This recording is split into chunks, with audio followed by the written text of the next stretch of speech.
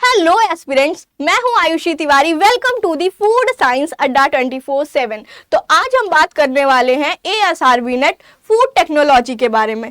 तो ये जो वीडियो होने वाली है ये उन बच्चों के लिए बहुत ज़्यादा यूज़फुल होगी जो या तो सोच रहे हैं फूड टेक्नोलॉजी से नेट की प्रिपरेशन करने के लिए या फिर आने वाले टाइम में करना चाहते हैं। तो ये वीडियो उन बच्चों के लिए बहुत ज़्यादा ज़रूरी है। तो आज का जो वीडियो होने वाला है इसमें हम क्या क्या चीज़ें कवर करेंगे, सबसे पहले तो ये देख लेते हैं। तो आज के जो टॉपिक में हम कवर करेंगे कि what is ASRB net food technology. तो ASRB नेट फूड टेक्नोलॉजी होता क्या है, ASRB नेट की क्वालिफिकेशन क्या है या फिर लाभ क्या मिलते हैं अगर हम ASRB net food technology qualify कर देते हैं। इसकी क्वालिफिकेशंस क्या है, क्या क्या क्वालिफिकेशन होनी चाहिए तो हम इस एग्जाम के लिए एलिजिबल हो जाएंगे। स्ट्रैटेजी क्या होनी चाहिए, अगर आप प्रिपरेशन कर रहे हो तो आपकी स्ट्रैटेजी क्या होनी चाहिए, करियर अपॉर्चुनिटीज क्या होनी चाहिए अगर हम ये एग्जाम क्वालिफाई कर लेते हैं। तो चलिए देखते हैं। सबसे पहले आता है what is ASRB net food technology. तो फूड टेक्नोलॉजी ASRB नेट क्या है, तो ASRB नेट के अगर फुल फॉर्म की बात करें तो agriculture scientist research board national eligibility test. तो जो हमारा नेट होता है एक तरीके से एलिजिबिलिटी टेस्ट होता है, इसको ICR नेट के नाम से भी जाना जाता है। हमारे ASRB नेट को ICR नेट के भी नाम से जाना जाता है।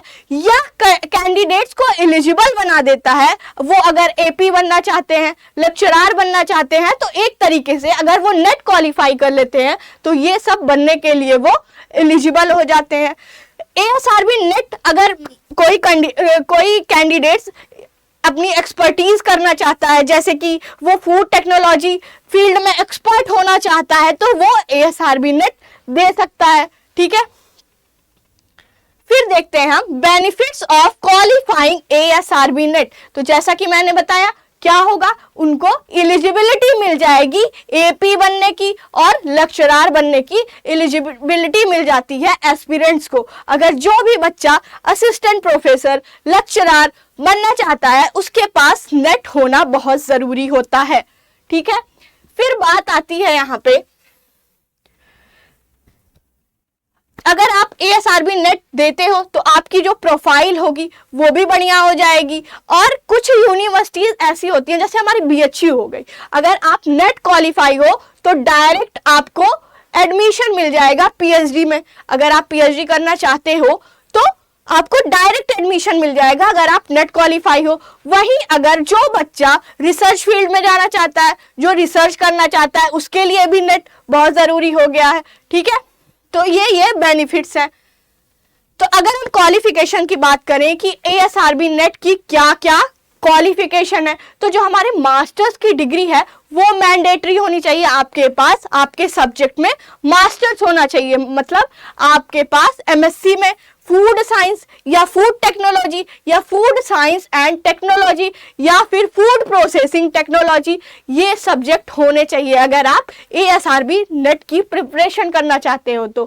फिर बात आती है मिनिमम एज की। तो आपकी जो उम्र होनी चाहिए वो 21 वर्ष होनी चाहिए। आपकी उम्र कितनी होनी चाहिए, 21 वर्ष। अगर क्वालिफाइंग मार्क्स की बात करें तो यहाँ पे जो कट ऑफ आती है, क्वालिफाइंग मार्क्स होता है वो जर्नल के लिए 50% होता है, मतलब 150 में से आपको 75 क्वेश्चन सही करके आने हैं।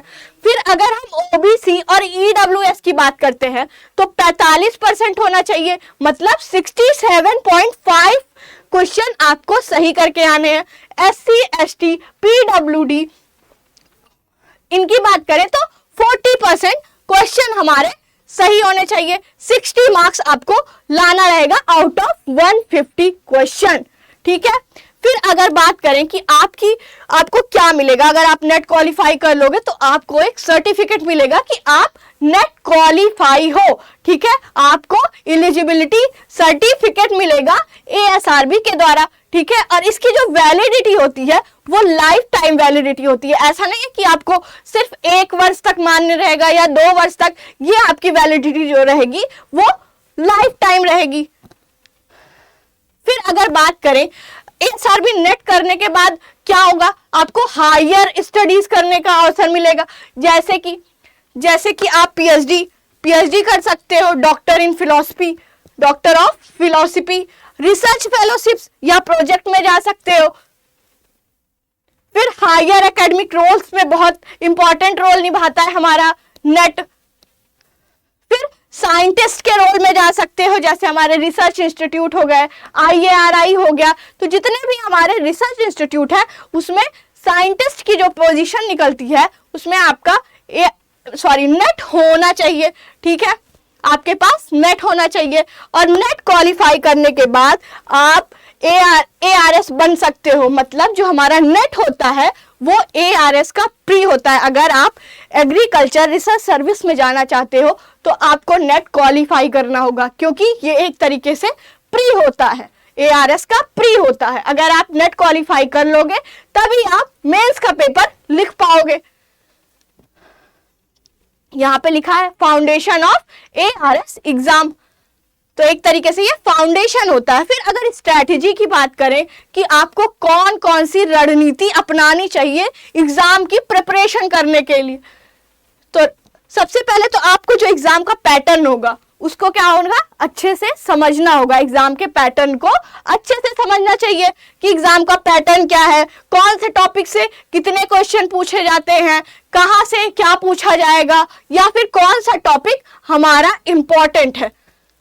फिर आती है बात अंडरस्टैंड द सिलेबस। सिलेबस को भी हमें अच्छे से समझना होगा। यहाँ पे 8 यूनिट्स आती हैं, 8 में से कौन सी यूनिट है जो ज्यादा इंपॉर्टेंट है, कौन सी यूनिट से ज्यादा क्वेश्चन पुटअप कर सकता है, तो ये सब चीजें हमें अच्छे से समझना होगा। फिर आएगा subject wise, subject specific syllabus पर ध्यान दें। जो मैंने बात बताई, आपको स्पेसिफिक सब्जेक्ट पे ज्यादा ध्यान देना होगा जहां से क्वेश्चन ज्यादा बनते हैं।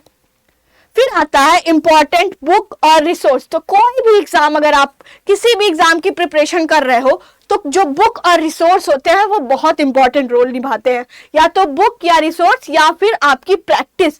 तो आपको खुद चूज करना होगा कि आप जो बुक पढ़ रहे हो ये आपके लिए सफिशिएंट है या नहीं, या इस बुक से क्वेश्चन पूछेगा या नहीं। तो इन सब बातों का आपको बहुत ध्यान रखना है। फिर आता है स्टडी प्लान बनाए। पहले तो स्टडी प्लान बनाओ कि हमारा एग्जाम अगर सितंबर में है, 2 से 4 सितंबर के बीच में है हमारा एग्जाम, तो आपको स्टडी प्लान अभी से बनाना होगा कि इस दिन तक मुझे ये टॉपिक कवर करना है। तो एक स्टडी प्लान बनाओ और अच्छे से अपनी प्रिपरेशन पे ध्यान दो। फिर आता है प्रैक्टिस MCQ। तो जैसा कि मैंने बताया कि किसी भी एग्जाम को अगर क्वालिफाई करना हो तो आपका स्टडी मटेरियल क्या है, रिसोर्स क्या है और आप कितनी प्रैक्टिस कर रहे हो, ये बहुत ज्यादा मैटर करता है। तो यहाँ पे भी वही चीज है कि आपको मैक्सिमम से मैक्सिमम अपने MCQs की प्रैक्टिस करनी है, PYQs की प्रैक्टिस करनी है। तो यहाँ पे आपको बहुत ज्यादा प्रैक्टिस करनी पड़ेगी। अपना सिलेबस पहले तो जल्दी से जल्दी खत्म करना होगा, उसके बाद PYQs की या फिर MCQs की प्रैक्टिस करनी होगी।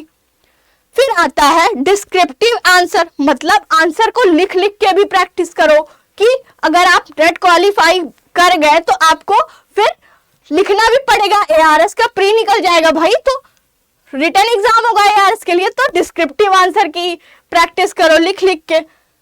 आदत डालोगे तभी तो आदत में रहेगा। फिर आता है रिवीजन इज अ की।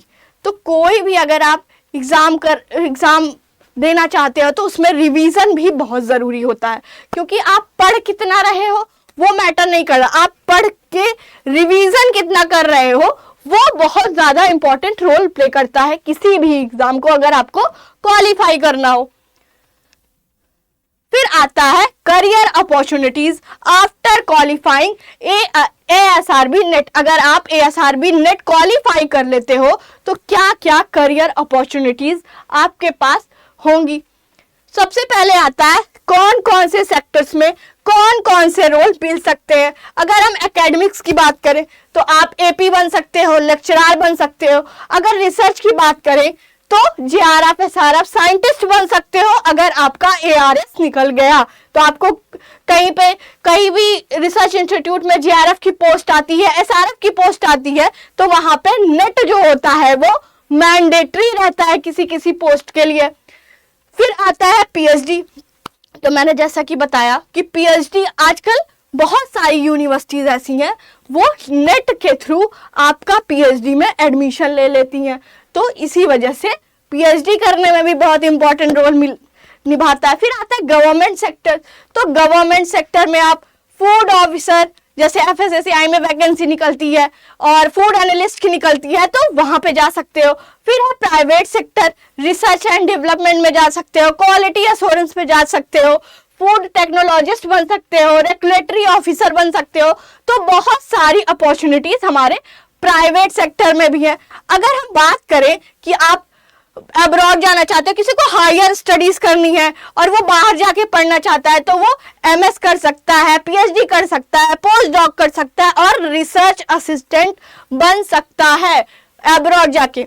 फिर आता है फ्रीलांस एंड कोचिंग। अगर आप नेट क्वालिफाई कर लोगे तो आपकी सीवी एक तरीके से बहुत मजबूत हो जाएगी, और अगर आपकी सीवी मजबूत हो गई तो आप एक एजुकेटर बन सकते हो, कंटेंट क्रिएटर बन सकते हो और कोचिंग एक्सपर्ट बन सकते हो। मतलब आप अपनी खुद की कोचिंग खोल लो और वहां पे बच्चों की प्रिपरेशन कराओ नेट की। ठीक, तो इतनी सारी अपॉर्चुनिटीज हैं हमारे पास। ठीक है, तो अगर आप लोग भी नेट के एग्जाम के लिए थोड़ा सीरियस हो और पढ़ना चाहते हो, तो हमारे पास भी एक बैच है। अगर आप चाहते हो अच्छे से प्रिपरेशन हो, आपकी जो प्रिपरेशन है वो 2x की स्पीड से भागने लगे, तो आप हमारे कोर्स में इनरोल कर सकते हो। तो सबसे पहले हम देखेंगे आपको हमारे कोर्स में इनरोल कैसे करना है।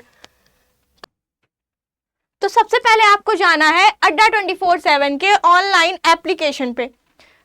फिर आपको यहाँ पे ऑल कोर्सेज में जाना है और एग्रीकल्चर को सेलेक्ट करना है। फिर एग्रीकल्चर को सेलेक्ट करने के बाद आपको एएसआरबी नेट को सेलेक्ट करना है। जब आप एएसआरबी नेट को सेलेक्ट करते हो, यहाँ पे व्यू ऑल पे जाना है। जब आप व्यू ऑल पे जाओगे तो यहाँ पे हमारा बैच दिख जाएगा आपको, एएसआरबी नेट फूड टेक्नोलॉजी। अगर आप इसमें इनरोल करना चाहते हो तो आपको जाना होगा बाय नाउ पे। बाय नाउ पे जाओगे आप तो यहाँ पे आपको 78% का डिस्काउंट मिल रहा है और आपको ये बैच मिलेगा 4399 में। तो अगर आप इंटरेस्टेड हो, प्रिपरेशन करना चाहते हो फूड टेक्नोलॉजी से नेट की, तो आप हमारे कोर्स को जरूर खरीदो। Thank you so much. अगर आपने चैनल को सब्सक्राइब नहीं किया तो आप फूड साइंस अड्डा 24/7 को सब्सक्राइब कर दो। बहुत बहुत धन्यवाद।